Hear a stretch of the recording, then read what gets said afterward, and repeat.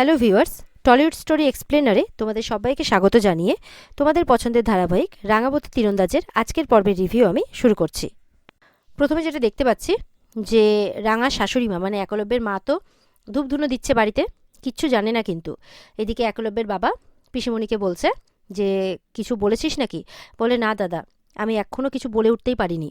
এদিকে একলব্যের মা বলছে তুমি একটা ফোন করো তো রাঙাকে, এটা কেমন যে এখনও ওরা বাড়ি ফিরলো না, একটা তো দায়িত্ব জ্ঞান থাকা উচিত নাকি, ফোন করো তো।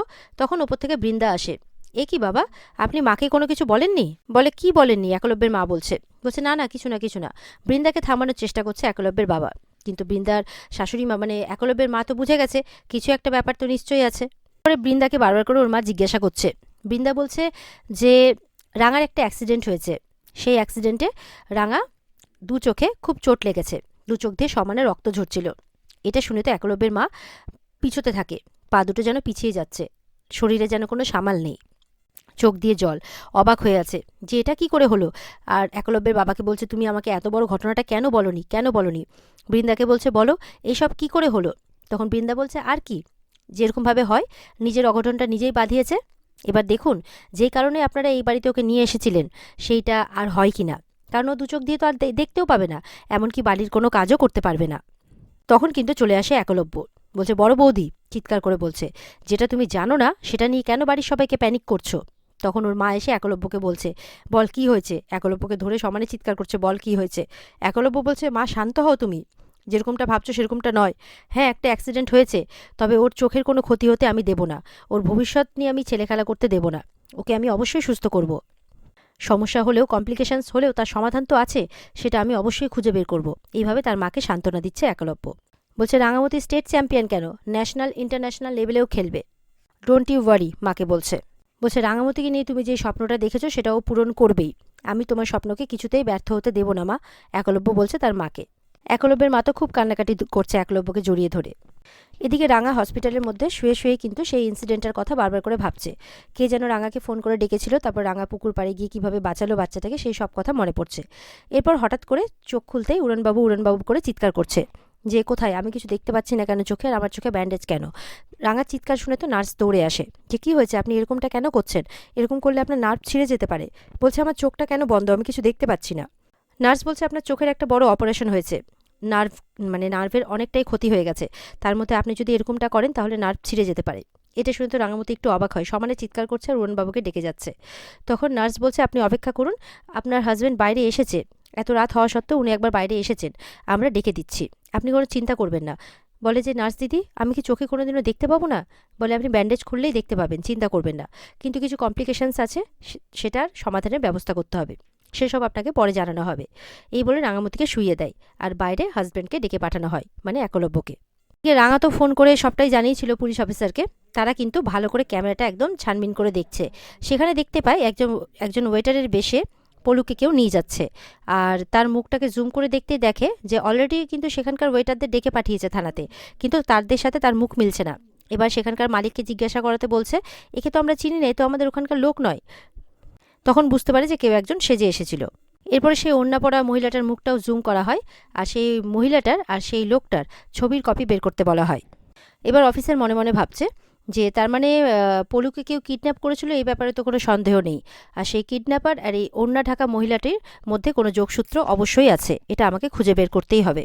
তখন সেই অফিসার বলছে যে এই মহিলাটিকে আমাকে খুঁজে বের করতে হবে, যে কেন বারবার করে রাঙার ক্ষতি করার চেষ্টা করছে। এরপরে একলব্য আসে রাঙার কাছে। রাঙা বলছে উড়নবাবু আমি কিচ্ছু দেখতে পাচ্ছি না, আমার খুব কষ্ট হচ্ছে। তখন একলব্য বলছে তুমি একটু শান্ত হও, সব কিছু ঠিক হয়ে যাবে, আমি এখানেই আছি। তখন নার্স বলছে যে আপনি 2-4 মিনিট কথা বলে বেরিয়ে যাবেন, ওনাকে বেশি করবেন না, আপনি ওনাকে শান্ত করে বেরিয়ে যাবেন। এরপরে একলব্য রাঙামতিকে বলে যে জলের তলে নিশ্চয়ই তোমার সাথে কিছু একটা হয়েছিল, যার জন্যই তোমাকে এখানে নিয়ে আসা হয়েছে, তোমার চোখের একটা মেজর অপারেশন হয়েছে। রাঙা তো খুব ভয় পেয়ে আছে, বলছে আমি চোখে দেখতে পাবো তো, আমার সামনে তো স্টেট চ্যাম্পিয়নশিপ, আমি সেটা খেলতেই পারবো তো, আমাকে কিন্তু খেলতেই হবে, নাহলে তোর মায়ের সবার স্বপ্ন একদম ভেঙে চুরমার হয়ে যাবে। ডাক্তারবাবুর সাথে কথা বলেছিস তো তুই? এইভাবে কিন্তু সমানে বলে যাচ্ছে রাঙা। একলব্য বলছে তোমাকে কিন্তু ডাক্তার যেগুলো বলেছে সেগুলো মেনে চলতেই হবে, কিচ্ছু করার নেই। এরপরে দেখা যাচ্ছে রাঙা কিন্তু একলব্যকে সবটা ঘটনা বলছে যে পুকুর পাড়ে আমাকে কেউ ডেকে নিয়ে গেছিল, ওই ছেলেটাকে পলু, ওকে কেউ ধরে নিয়ে যাচ্ছিল, আমাকে কেউ ফোন করেছিল, ফোন করে পুকুর পাড়ে ডেকেছিল, তখনই তো আমি বাচ্চাটাকে বাঁচানোর জন্য পুকুরে ঝাঁপ দিই। আর জানিস যখন পুকুরে ঝাঁপ দিই বাচ্চাটাকে বাঁচানোর জন্যে, তখন জলের ভেতরে কেউ আমার পাটা বেঁধে দিয়েছিল, এগুলো শুনে তো একলব্য অবাক হয়ে যায়। বলে, হ্যাঁ রে, এরকমটাই হয়েছিল, যাতে আমাকে ডুবিয়ে মারতে চাইছিল কেউ একজন। তখন একলব্যকে রাঙা বলছে, আমাকে পুলিশকে জানাতেই হবে একবার। বলছে, হ্যাঁ আমি পুলিশকে জানাচ্ছি, দরকার পড়লে আমাদের বাড়িতে ডেকে নিচ্ছি। এই ব্যাপারটাকে আর বাড়তে দেওয়া যাবে না, কিছুতেই বাড়তে দেওয়া যাবে না। একলব্য চিন্তায় পড়ে গেছে এখন রাঙাকে নিয়ে। রাঙাকে যে ফোন করেছিল সে মেয়ে না ছেলে জানতে চায়, তারপরে তাদেরকে কি রাঙা দেখেছে সেটাও জানতে চায়, কিন্তু রাঙা কিচ্ছু দেখেনি। বলছে যে তুই এক্ষুনি পুলিশবাবুকে ফোন করে সবটা জানা। আমাকে জলের নিচে মারতে চেয়েছিল, এটা কিন্তু একটা বড় ষড়যন্ত্র। নিশ্চয়ই আমাকে মেরে কারো একটা বড় কোনো লাভ হবে, সেই জন্য আমাকে মারতে চাইছে। এই কথাগুলো শুনে কিন্তু একলব্য অবাক হয়ে রাঙার দিকে চেয়ে আছে। রাঙা বলছে, আমার তো সেরকম কোনো শত্রুও নয় যে আমাকে মেরে ফেলতে চাইবে। বলছে, নকল কোচ স্যার, উৎপল, ওরা তো সবাই জেলে আছে। একলব্য তখন চিন্তা করছে, সত্যিই তো, তোমাকে মেরে ওদের লাভটাই বা কি, এমন কাজটা করলোই বা কে? রাঙা বলছে, সেটাই তো আমি চিন্তা করছি। রাঙা বলছে, খুঁজে বের করতেই হবে যে কে কোন উদ্দেশ্যে আমাকে দুনিয়া থেকে সরাতে চাইছে। এরপরে দেখা যাচ্ছে যে রাঙাকে বাড়িতে নিয়ে আসে একলব্য, হসপিটাল থেকে ছেড়ে দিয়েছে। চোখে তার ব্যান্ডেজ বাঁধাই আছে। একলব্যের মা কিন্তু রাঙার জন্য ছটফট করছিল, বাড়িতে অপেক্ষা করছিল। রাঙাকে দেখে খুব খুশি হয়, কিন্তু চোখেও জল আসে। রাঙাকে জড়িয়ে ধরে, বলছে, একের পর এক তো লেগেই আছে না রে, এই তো কিছুদিন হলো তুই একটা বড় ইনজুরি থেকে উঠলি। বলছে, আর এখন তোর চোখ। এই বলে রাঙাকে একটা জায়গায় বসায়। বৃন্দা নেমে আসছে ওপর থেকে। রাঙা তো ব্যান্ডেজ খোলার জন্য ছটফট করছে। তখন একলব্য বলছে, পাকামো করো না রাঙামতি, ব্যান্ডেজটা ঠিক সময় মতো খুলে দেওয়া হবে। দেখা যাচ্ছে সেই সময়ে আহিরি এসছে দেখা করতে, রাঙার জন্য ফল নিয়ে এসেছে। বলছে, তোমার মধ্যে এখন ভিটামিনের ডেফিসিয়েন্সি রয়েছে, তাই ফ্রুটসগুলো অবশ্যই খেয়ে নিও। তোমাকে কিন্তু এখন একদম রেস্ট নিতে হবে। কয়দিনের মধ্যে তোমার চোখের ব্যান্ডেজটাও খুলে দেওয়া হবে। খুব ভালো মতো করে ব্যবহার করছে, দেখা যাচ্ছে খুব কেয়ারও করছে রাঙামতির আহিরি। একলব্য বলছে, তুমি চিন্তা করো না রাঙামতি, আজকে সন্ধ্যের মধ্যেই তোমার ব্যান্ডেজটা খুলে দেওয়া হবে। তবে মনে হয় তুমি এইবার স্টেট চ্যাম্পিয়নশিপে পার্টিসিপেট করতে পারবে না। এটা শুনে কিন্তু রাঙা মনটা খারাপ হয়ে যায়, অবাক হয়ে যায়, সাথে একলব্যের মাও। রাঙা তো বারবার করে বলছে, আমি খেলতে পারবো, আমি একদম পারবো খেলতে। বলছে, তুমি জেদ করো না। শুনলে না ডাক্তার কি বললো? ডাক্তার যেটা বলবে সেটাই তোমাকে করতে হবে। স্টেট চ্যাম্পিয়নশিপে পার্টিসিপেট করতে গেলে তোমাকে চোখের উপর প্রেশার দিতে হবে, যেটা চোখের জন্য একদমই ভালো হবে না, একলব্য বলছে। বলছে, এটা আই টেস্ট না করলে একদম বোঝা যাবে না যে তোমার চোখ এই মুহূর্তে কতটা প্রেশার হ্যান্ডেল করতে পারবে। রাঙা বলছে, আমার নামটা তোরা কেটে দিস না, আমি বলছি পারবো। আমি জিতি বা হারি, এই লড়াই করার সুযোগটা একবার অন্তত তোরা আমাকে দে।